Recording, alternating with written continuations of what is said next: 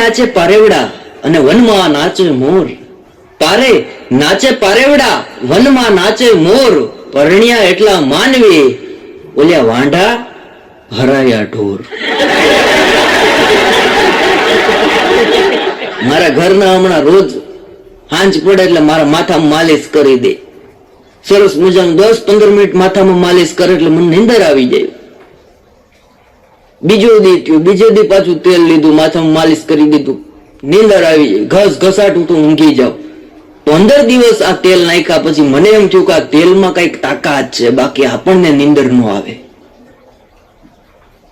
એટલે ગૂગલમાં મેં સર્ચ કર્યું, મેં કીધું આ તેલ છે એનું. સર્ચ કર્યું, એ ભેગું લખાઈને આવ્યું કે આ તેલ માથામાં નાખવાથી વાર ઉગે નહીં.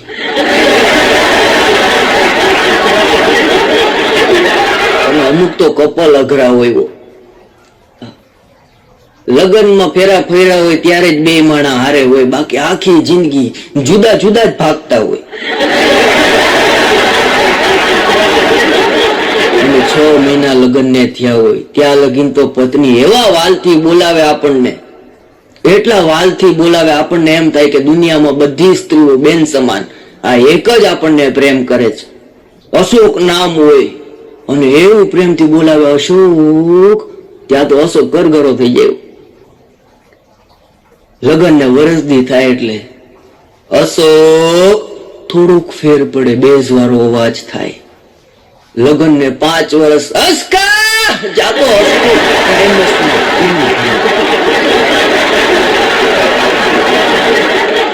ભાઈ એની પત્નીને કહેતા, તું દરેક વાતે કે મારું નકારી દે, દરેક વાતમાં તું મારું માનતી જ નથી. કાંઈ બી પ્રસંગ હોય તને જવાનું કહું તું કે ત્યાં નથી જવું, મારી એકેય વાત તું માનતી નથી, હું ગધેડો છું. એની પત્ની કે આ વાત હું તમારી માનું છું. અઘરું છે દાંપત્ય જીવન. તો જે જીવી ગયા એને ખબર હોય. બંગડીના ખોબા તો જેને જેને લાગ્યા ને હજી ઉભા નથી થઈ શક્યા. કેટલાક પતિદેવો અહીંયા એવા બેઠા છે, ફેરા ફેરા એના ફેર હજી ચડે. મને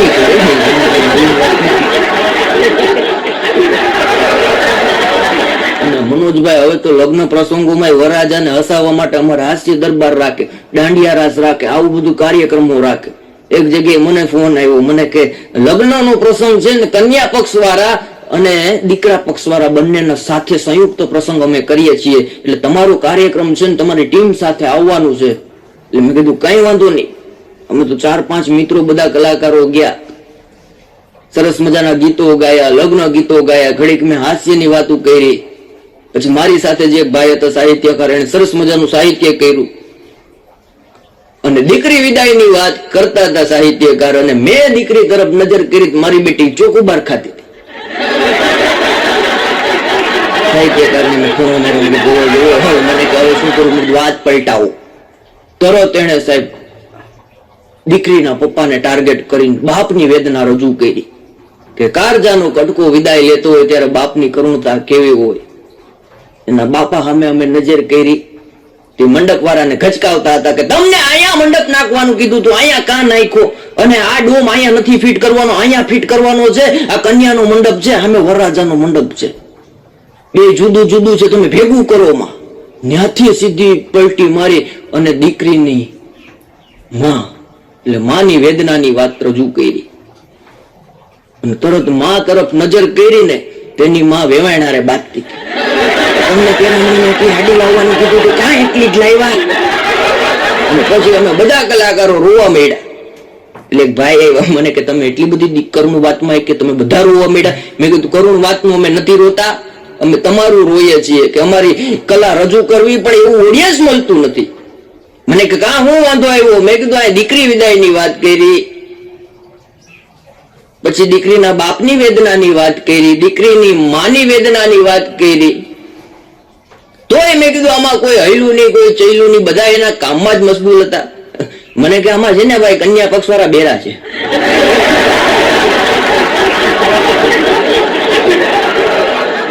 એક જગ્યાએ ડાયરાની શરૂઆત કરી, તે ભાઈ એવા જાડા એવા બોડીમાં, આકિયાળી મૂછો, અને આવીને તરત કીધું કે મોર બની થનગાટ કરે. એટલે મારી હારે જે સિંગર હતા સરસ મજાના, કે હા એ આવડે છે. મને કે દુહાચંદ, મેં કીધું આવડે છે, લઈ લેશું. પાછા સિંગર પાસે ગયા કે હેરી સખી મંગલ ગાઓ, કે હા લઈ લેશું. કસુંબીનો રંગ, સિંગર કે લઈ લેશું. તરત ખિસ્સામાંથી પિસ્તોલ કાઢ્યું કે આમાંથી એક ગીત ગાયું જ ને તો ભડાકે દઈ દઈશું.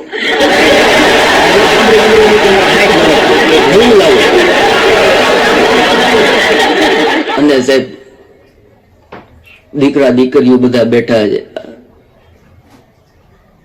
ગાડી લઈને જતા હોય ને પાછળ એટલી એવી જગ્યા હોય ને, હવા પસાર થઈ જાય એટલી જગ્યા હોય ને, એટલે તમારે બધા સમજી લેવું કે આ પરણેલું કપલ છે. ચીકો ચીક બેઠા હોય એટલે સમજી લેવું પ્રેમી પંખીડા છે અને લગ્નની શરૂઆત કરવા જઈ રહ્યા છે. અને લગ્ન પેલા આપણને માણામાં કોઈ ગણતું જ નથી. હો હા, છોકરો કે છોકરી આયલા જતા હોય એટલે તરત ગામ એમ કહેવાના, જો છોકરો આયલો જાય, જો છોકરી આયલી જાય. પણ લગ્ન થઈ જાય પછી જ આપણો સમાજ આપણને એમ કે જો બે માણસ હાયલા જાય. આ માણસની ગણતરી લગ્ન પછી જ થાય. મને એકવાર વિચાર આવ્યો, લગ્ન પેલા હું ડાયનોસોર સમજતા હોય, બધા સમાજની અંદર, ગામની અંદર વાડી હોય ને એની અંદર લગ્ન થતા હોય તો ઠીંગુ, નાનકડો એવો ઠીંગુ જ્યું વરાજો, અને એના ભાઈબંધો બધા વાતે ગાતે બેન્ડ વાજા સાથે વાડીમાં એન્ટર થયા. અને એન્ટર થયા એ ભેગા વરાજાને તેડી લીધો, અને વરાજાને જેવો તેડી લીધો ને અંદર એન્ટર મંડપમાં થયા, અને મંડપ ઉપર જે પંખો પડતો હતો એ વરાજાના માથામાં આડ્યો. એ ભેગા તો વાર નોખા, વીક ઉડી ગઈ બિચારાની. અને કન્યા એવી કે હવે હું આ ટાલિયા સાથે લગ્ન ના કરું. અરે મેં કીધું બેન તમે આની હારે લગ્ન કરી લ્યો. મને કે ના ના, એ કે જોવા આવ્યા ત્યારે બધા વાર હતા, અત્યારે હાવ કે જો કેવો ટાલિયો લાગે. અરે મેં કીધું બેન લગ્ન કરી લ્યો, પૈસા હશે તો વાર આવશે. એ બધું માંડ સમાધાન કરાવીને અમે મંડપમાં બેઠાડ્યા. વિદાય ટાઈમે છોકરીએ રોન કાઢી કે હવે મારે કે ઘરે તમારી યારે આવવું જ નથી. કે વરાજો કે પણ તને વાંધો હું છે? અરે કે નહીં નહીં આવવું જ નથી. કે તને કે સગાઈ થઈ ત્યારે મેં કીધું તું બકા કે તું આવ ને ત્યારે હાથી લઈને આવજે. ઓલો કે પણ હું લાવ્યો જ છું હાથી. છોકરી કે ના તને કીધું તું આવ ત્યારે હાથી લઈને આવજે. છોકરો કે પણ હાથી લઈને જ આવ્યો છું. મેં કીધું ભાભી હાથી લઈને જ આવ્યા છીએ પણ છોટા હાથી છે.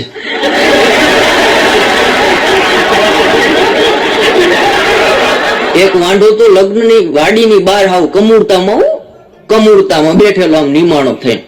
એટલે ત્યાંથી હું નીકળ્યો. એટલે મેં કીધું ભાઈ તમે ચોકીદાર છો? મને ના ના. મેં કીધું ટ્રસ્ટી છો? મને કે ના ના. મેં કીધું તમે અહીંયા રોજ બેઠો છો, હું તમને રોજ જોઉં છું, તમે શું છો? મને કે હું તો નકશીશ વાંઢો છું. અહીંયા બેઠવાનું કારણ શું? મને કે આપણા જિંદગીની આખરી મંજિલ. અને અમુક વાંઢાઓ સાહેબ એટલા આશાવાદી હોય, જે છોકરીને જોવા ગયા હોય, જે છોકરી એને રિજેક્ટ કર્યા હોય, ઈ છોકરી બીજે પૈણી જાય ને છોકરાને લઈને એના ગામમાં આવે ત્યારે આ મારા બેટાઓ ગુલ્ફી લઈને જાય.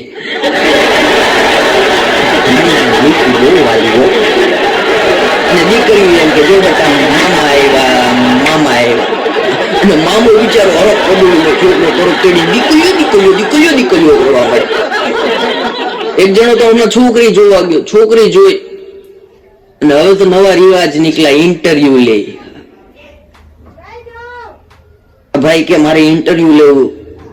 અંદર ઇન્ટરવ્યુ લેવા ગયો, 10મી મિનિટે બહાર આવ્યો.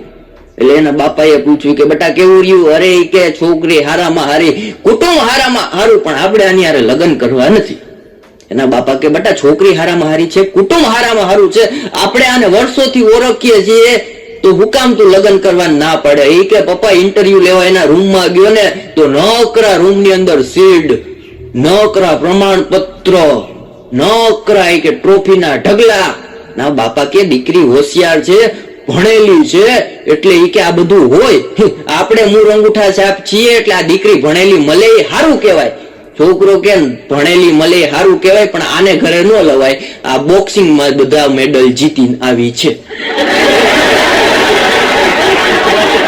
એક જગ્યાએ આઈસ્ક્રીમ આપે ને ચાંદલો કરે, એક જગ્યાએ આઈસ્ક્રીમ આપે ને ચાંદલો કરે. એટલે મેં તરત પૂછ્યું, મેં કીધું બેન આ તમારા કુટુંબમાં નવો રિવાજ આવ્યો લાગે. મને કે રિવાજ બિવાજ કઈ નથી, પણ એક ને એક જણો 3-3 વાર ન આવે ને. ભાઈ મને કહેતા, મને કે પત્ની હોય પત્ની, એને ફારસી ભાષામાં શું કહેવાય? મેં કીધું શું? મને કે પત્ની હોય, ધર્મ પત્ની હોય, એને ફારસી ભાષામાં શું કહેવાય? મેં કીધું એને એકે ભાષામાં કઈ ન કહેવાય. અને બેનો બેઠા છે, પુરુષો. આપડી એક વાત કરો, આપડા દૂરના હગા હોય, કોઈ મિત્રો હોય અને આપણને ફોન કરે કે લગ્ન રાખ્યા છે દીકરાના, તમે બધા સહપરિવાર આવજો, કા પછી કંકોત્રી મોકલે, કા પછી તેડું કરવા આવે. એટલે આપણે સહપરિવાર, એ લોકોએ કીધું હોય એટલે સહપરિવાર જાય, આપણે જાય, આપણી પત્ની હોય, આપણા છોકરાઓ હોય, આપણા મા બાપ હોય, બધાને લઈને એના પ્રસંગમાં જાય, જેથી એનો પ્રસંગ દીપી ઉઠે. અને એ પ્રસંગની અંદર જૂના જમાનામાં જેમ રિવાજ હાલતો તેમ હજી હાલે છે, પેરામણી આપે. પેરામણી આપે એટલે તરત પેરામણી આપે ને આપણી ઘરવાળીને, એટલે તરત જોઈને શું કે, આવી હાડી તો એ કે મારી કામવાળી ના પહેરે.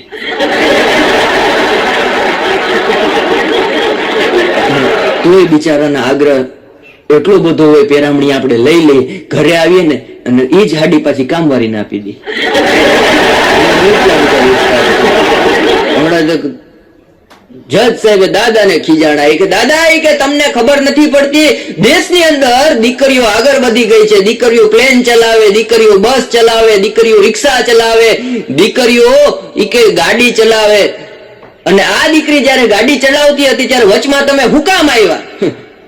બાપા કે હું ક્યાં વચમાં આવ્યો, હું તો ખેતરમાં બેઠો બેઠો બીડી પીતો તો બીડી ન્યા આવી ની કે ભટકેડી.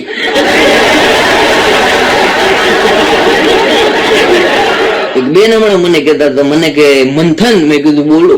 મને કે એલોવેરા અને ખમાવીરા એ બે બેનભાઈ કે નહીં? મેં કીધું સાચી વાત છે, એલોવેરા અને ખમાવીરા બેનભાઈ. મને કે કોના ફેમિલી માંથી? મેં કીધું શું? મને કે કોના ફેમિલી માંથી? મેં કીધું પાન નીલન.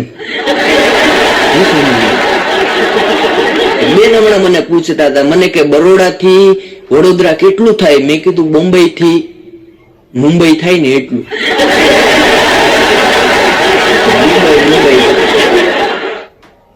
મુંબઈ અમે ગયા હતા ફરવા માટે,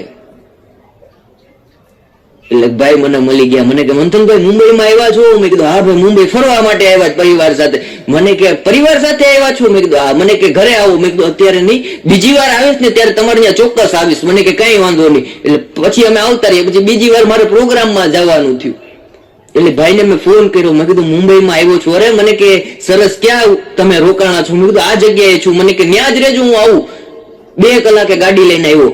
મને કે ગાડી પાછળ બેસી જાઓ, ગાડી પાછળ બેસી જાઓ. મેં કીધું ભાઈ હું અહીંયા તમને મળવા માટે બોલાવ્યા? મને કે ના ના ના ના, મહેમાનોને માન બલ ભરી દીદાની દુહા ગાવા માંડ્યો. ગાડી પાછળ બેસી જાઓ. હું તો એની ગાડી પાછળ બેઠી ગયો, એના ઘરે લઈ ગયો મને. 10 બાય 15 ની ઓરડી, 2 જણા ઈ ને 2 એના છોકરા. મેં કીધું ભાઈ હું હોટલે હતો, સારો હતો, આમાં ક્યાંય જગ્યા નથી, એટલો બધો તમારા ઘરનો સામાન, તમે 4 માણા, આમાં મને ક્યાં રાખશો? મને કે શાંતિ રાખો, મુંબઈમાં બધી વ્યવસ્થા થઈ જાય, શાંતિથી બેઠો. રૂમમાં ગયો, એક સાલ લઈ આવ્યો, એક છોકરાને નાખ્યો, ખીતીએ ટીંગાડી દીધો. 5 મિનિટ થઈ, બીજી સાલ લઈ આવ્યો, એમાં છોકરાને નાખ્યો, એને ખીતીએ ટીંગાડી દીધો. મને કે જગ્યા થઈ ગઈ? મેં કીધું હા. મને કે હવે સુઈ જાવ. અને હું થાકેલો પાકેલો સુઈ ગયો. સવારે ઉઠ્યો તો હું ખીતીએ ટીંગાતો હતો. તમે કીધું મને કે શાંતિ રાખો, તમે સુઈ ગયા. પછી રાતે કે મારે ત્યાં મહેમાન આવ્યા. મુંબઈ અઘરું ગામ, માયારી નગરી કહેવાય. એના ઘરેથી સવારે ઉઠ્યો, ખીતીએ ટીંગાઈને, એટલે તરત મેં મારા ભાઈબંધને ફોન કર્યો. મેં કીધું ભાઈબંધ, મેં કીધું અહીં ખીતીએ ટીંગાઈ ગયો. મને કે હું તમને કહેતો તો અજાણ્યા ગામમાં આપણે કે એકલા ક્યાંય દોઢ થઈને જવાય નહીં. મેં કીધું સાચી વાત છે, હવે શું કરું? મને કે કઈ વાંધો નહીં, હોટલે આવતા રહ્યો. એટલે તરત મેં તો ટેક્સી કરીને હોટલે પહોંચી ગયો. હોટલે ગયો, થાયકો પાયકો હતો. એટલે મને કે ચા પીવી કે કોફી? મેં કીધું ચા તો આપણે રોજ પીએ, કોફી મંગાવ્યો. કોફી અને કોફી મંગાવી સાહેબ, જગ ભરીને કોફી આવ્યો. અને તરત અમે ગ્લાસમાં રેડીને કોફી પી ગયા, 1 ગ્લાસ. અને કોફી પીધા પછી વેઇટર ટ્રે લેવા આવ્યો, ત્યારે એને કીધું કે સર સુગર તો એડ કરવાની તમે ભૂલી ગયા. મેં કીધું અમને એમ કે મુંબઈની અંદર થોડી કડક કોફી આવતી હશે. સાહેબ મીરાબાઈ ઝેરના કટોરા પીતા હોય ને એમ અમે કોફી પીધી. પણ એ પછી જે અમારા આતેડા બ્લોક થઈ ગયા, પછી જે અમે ભાવનગર વાળાનું કાયમ ચૂર્ણ ગોતવા જે મૈઠા છીએ, એ વાત તો હું કરવી વાલા મારે. અને પછી બીજે દિવસે અમે મુંબઈ દર્શન માટે ગયા, ભાઈ બંધો બધાઓ. એટલે મારો ભાઈ રે ધ્રુવ કરીને, એટલે મને કે આપણે કે ટ્રેનની અંદર પ્રવાસ કરવાનો છે, મુંબઈની ટ્રેનમાં જિંદગીમાં એકવાર પ્રવાસ કરો ને એટલે દુનિયામાં તમે ક્યાંય પાછા ન પડો. મને મોટિવેશન આપ્યું. અમારે દીવમાં હમણાં એક મોટિવેશન સ્પીકર આવ્યા, એટલે ભાણાને મેં કીધું, ભાણા દીવની અંદર મોટિવેશન સ્પીકર આવવાના છે અને સરસ મજાનું મોટિવેશન આપણને આપશે, જેથી જેને સાંભળીને આપણી જિંદગીની લાઈફ બદલી જાય, આપણું ગોલ બદલી જાય. અને મેં કીધું એના શબ્દો આપણે મગજમાં ઉતારીએ, હૃદયમાં ઉતારીએ ને તો મેં કીધું શરીરમાં વિકાસ થાય. સવારે 9 વાગે તું તૈયાર રહેજે. ભાણો મારો બેટો મને શું કે, મને કે 9 વાગે ઉઠવાનું મોટિવેશન કોણ આપશે? પણ ધ્રુવ મને કે, મંથાની કે મુંબઈની ટ્રેનમાં જો પ્રવાસ કરને તું તો દુનિયામાં ક્યાંય પાછો ન પડો. એટલે મેં કીધું કાંઈ વાંધો નહીં, મુંબઈની ટ્રેનનો પ્રવાસ કરીએ. અને મને એ રેલવે સ્ટેશન પાસે લઈ ગયો અને પછી એને જ્ઞાન આપ્યું. મને કે જો તારો હાથ ઊંચો કરવાનો અને સ્ટેન્ડમાં એ કે ભરાવી દેવાનો. મેં કીધું પગ, મને કે એની ચિંતા નહીં કરવાની. મેં કીધું કા? મને કે તને ધક્કો આવશે અને તું હોયો જઈશ. મેં કીધું ક્યાં? મને કે અંદર જ જઈશ, બીજે ક્યાંય નહીં જાય.